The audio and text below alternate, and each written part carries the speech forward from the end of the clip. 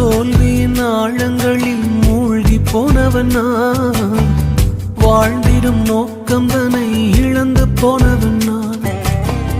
தோல்வியின் ஆழங்களில் மூழ்கி போனவன் நான், வாழ்ந்திடும் நோக்கம் தன்னை இழந்து போனவன் நான். அற்பமான என்னை அற்புதமாய் மாற்றி அற்புதங்கள் செய்ய வைத்தவரே,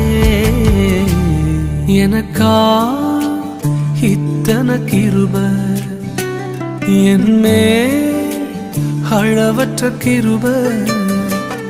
எனக்கா இத்தனை கிருபை, என்மே அளவற்ற கிருபை.